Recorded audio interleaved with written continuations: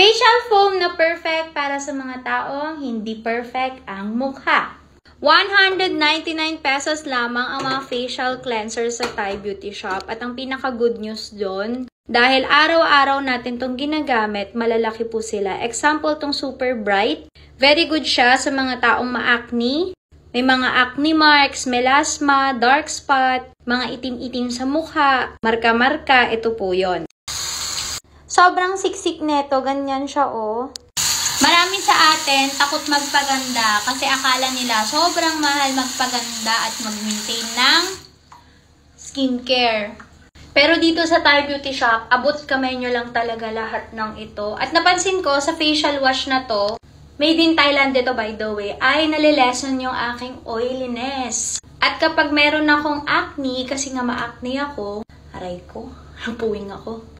Mabilis siyang matuyo, tapos kapag may marka na siya, mabilis mawala yung marka. Kaya may mga panahon, pag nagbe-breakout ako, bigla na lang sasabi yung mga tao, wala na bigla yung acne niya. Sinisipagan ko kasi talagang mag-skincare, be. Buti na lang yung trabaho ko nandito sa TikTok, na isasabay ko siya. Kaya kapag gusto ninyong bumili, konti na lang yung stock neto. At matagal ang restock kasi made in Thailand. Maraming naghahanap din ng Sawadi toothpaste, guys. Pero naka-Colgate ako ngayon from Thailand kasi naubusan po ako. Ayan po, Colgate muna tayo kasi ubos si Sawadi. Sabi sa inyo mag-hoard kayo Nagkakaubusan kasi. Good night!